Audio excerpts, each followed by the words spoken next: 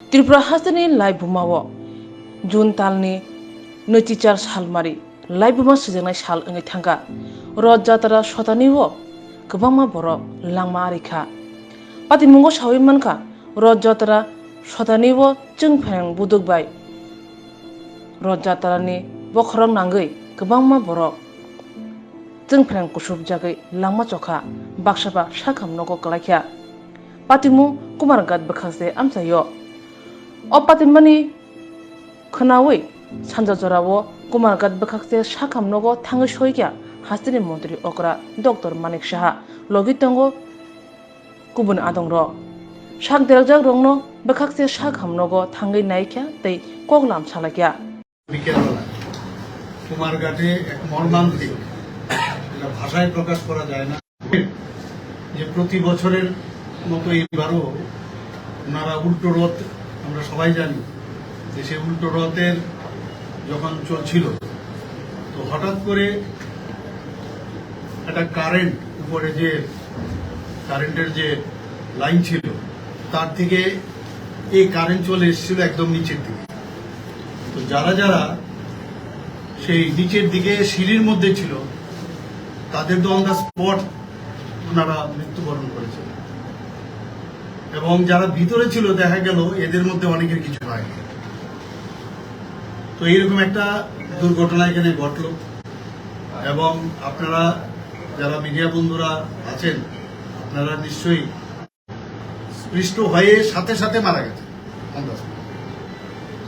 তো এই ঘটনা যখন হলো আমি তখন ছিলাম একটা মিটিংয়ে, সেক্রেটারিয়েটে একটা মিটিং চলছিল, আমি সাথে সাথে, আর বৃষ্টিও পড়ছিল আপনারা সবাই জানেন, তো আমি সাথে সাথে আমার সাথে আমাদের ত্রিপুরা সরকারের মাননীয় মন্ত্রী টিঙ্কু রায় মহোদয় আছেন এখানে, আমাদের প্রাক্তন মন্ত্রী এবং বর্তমান বিধায়ক কুমারঘাটে উনি এখানে আছেন, ওনাদের সাথে আমি টেলিফোনে কথা বলি।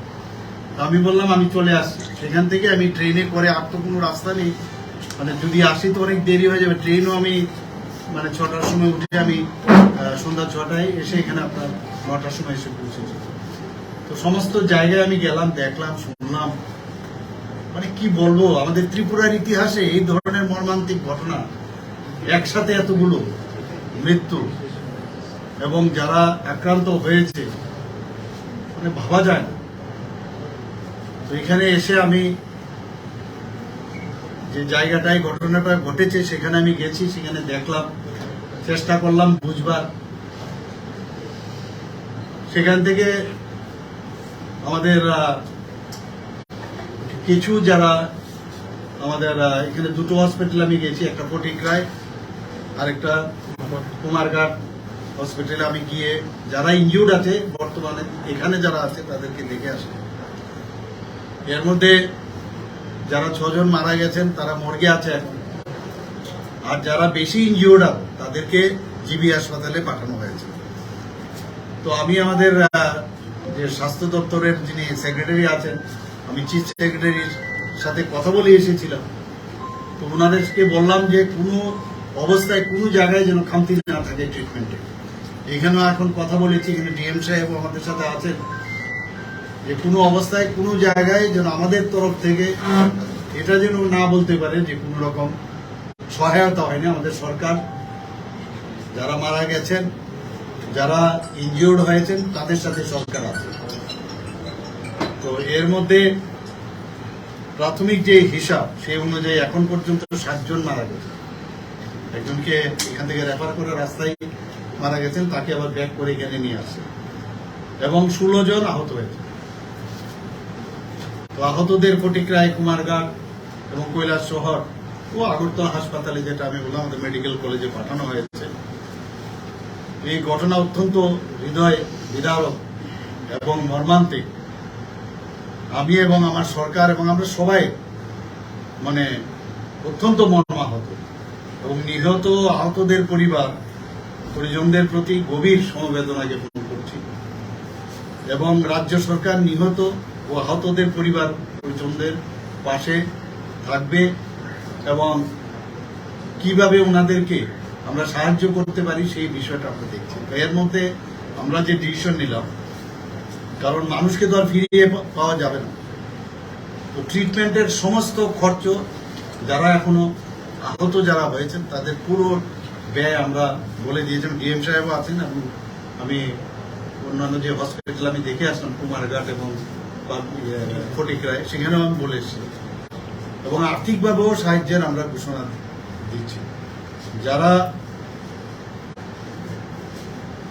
মারা গেছেন তাদেরকে 4 লক্ষ টাকা করে আমাদের সরকারের তরফ থেকে আর্থিক সহায়তা আমরা করবো পরিবার পরিজনদের। নেক্সট কিন। আর যারা দুর্ঘটনায় 60%-এর উপরে, কারণ এটা তো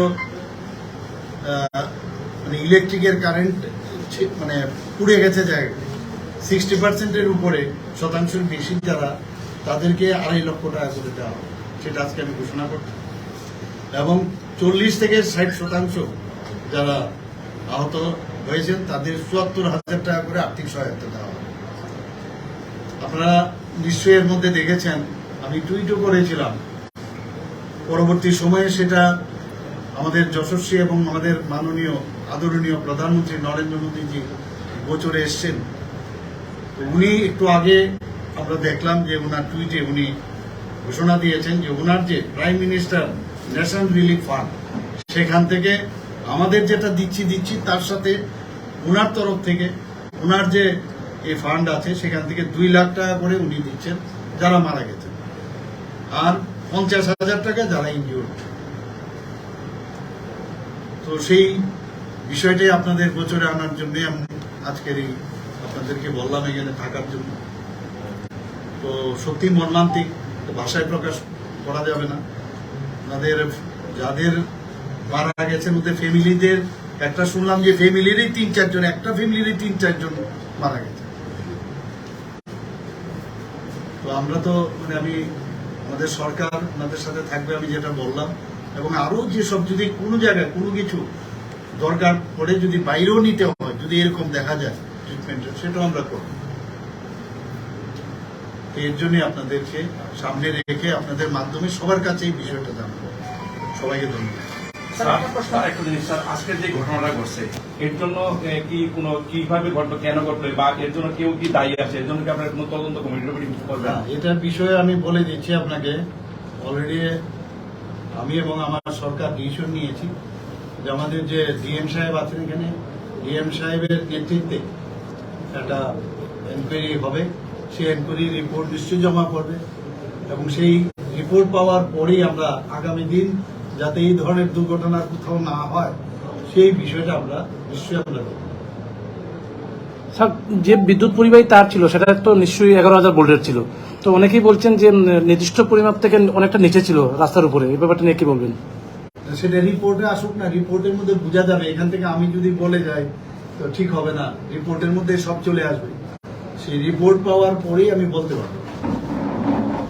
ধন্যবাদ। Thank you.